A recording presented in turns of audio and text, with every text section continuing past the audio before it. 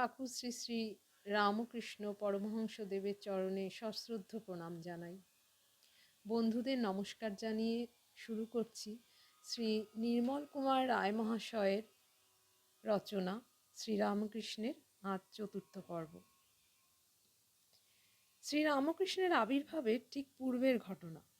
একদা পূর্বপুরুষের উদ্দেশ্যে গয়াধামে পরম ভক্ত ক্ষুদিরাম শ্রী গদাধরের পাদপদ্মে পিণ্ডদান করার পর গভীর রাত্রে স্বপ্নে জ্যোতির্ময় দেহে শ্রী ভগবানের দর্শন পান।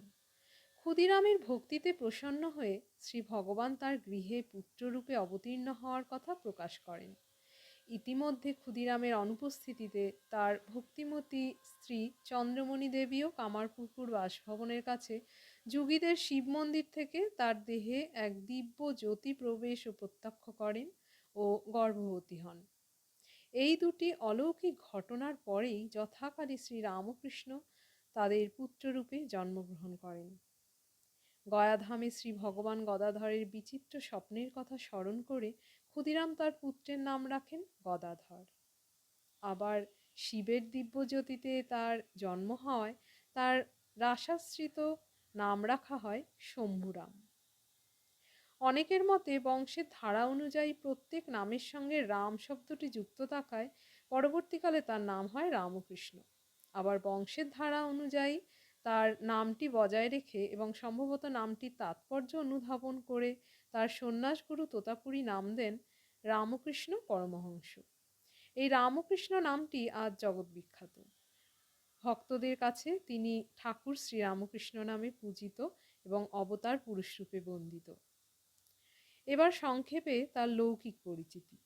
শৈশবে গদাধর গ্রামের পাঠশালায় ভর্তি হলেও লেখাপড়া যৎসামান্য শিখেছিলেন। পিতার দেহত্যাগের পরে যথাকালে তার উপনয়ন হয় এবং তিনি গৃহদেবতা রঘুবীরের পূজায় নিজেকে নিযুক্ত করেন।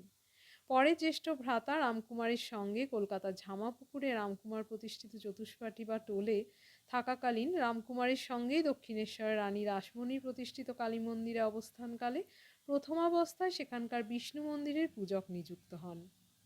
পরে শক্তি সাধক কেনারাম ভট্টাচার্যের কাছ থেকে শক্তি মন্ত্রে দীক্ষা নেওয়ার পর তিনি মা ভবতারিণীর পূজক রূপে নিযুক্ত হন। কিন্তু কিছুদিন বাদেই রামকুমার দেশে ফেরার সময় অকস্মাৎ দেহত্যাগ করায় এই পূজকের পদেই তিনি বহাল থাকেন। এই সময় দক্ষিণেশ্বরে বিভিন্ন সাধনায় রত অবস্থায় তার দিব্যোন্মাদ অবস্থা শুরু হয় এবং তাকে কামারপুকুরে ফিরিয়ে নিয়ে গিয়ে তার বিবাহ দেওয়া হয়।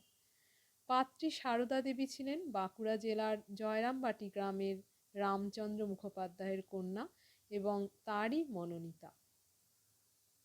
এরপর তিনি যথারীতি দক্ষিণেশ্বরে ফিরে এলে পুনরায় তার দিব্যোন্মাদ শুরু হয়। এই সময় তিনি ভৈরবী ব্রাহ্মণী যোগেশ্বরী দেবীর সহায়তায় তন্ত্র সাধন সমাপ্ত করেন। পরে বৈষ্ণব সাধু শ্রীমৎ জটাধারীর সহায়তায় বৈষ্ণব ধর্মের বাৎসল্য এবং পরবর্তীকালে মধুরভাবে সাধনাও করেন। অবশেষে বৈদান্তিক সন্ন্যাসী শ্রীমৎ তোতাপুরীর সহায়তায় বেদান্ত সাধনার পর সন্ন্যাস গ্রহণ করেন। এরপর সুফি মুসলমান গোবিন্দ রায়ের, যার মুসলমানি নাম ওয়াজেদ আলী খাঁ, তার কাছে ইসলাম ধর্ম সাধন এবং বাইবেল পাঠ শুনে খ্রিস্টান ধর্ম সাধনাতেও তিনি সিদ্ধি লাভ করেন। দক্ষিণেশ্বরে থাকাকালীন রানী রাসমণির জামাতা পরম ভক্ত মথুরামোহন বিশ্বাসের উদ্যোগে তিনি নানা তীর্থ দর্শনেও যান। দক্ষিণেশ্বরে থাকাকালীন তিনি তার জননী চন্দ্রমণি দেবীকে প্রথমে নিজের কাছে রাখেন, পরে পত্নী সারদা দেবীও তার কাছে দক্ষিণেশ্বরে চলে আসেন। সকল সাধনার শেষে পত্নী সারদা দেবীকে একদা দক্ষিণেশ্বরে নিজের ঘরে একান্তে ষোড়শী জ্ঞানে পূজার পর তার সারা জীবনের সাধনার ফল ও জপমালা পত্নীর চরণে নিবেদন করে সাধনার পরিসমাপ্তি ঘটান এবং আধ্যাত্ম জগতের উচ্চ স্তরে বিরাজ করেন।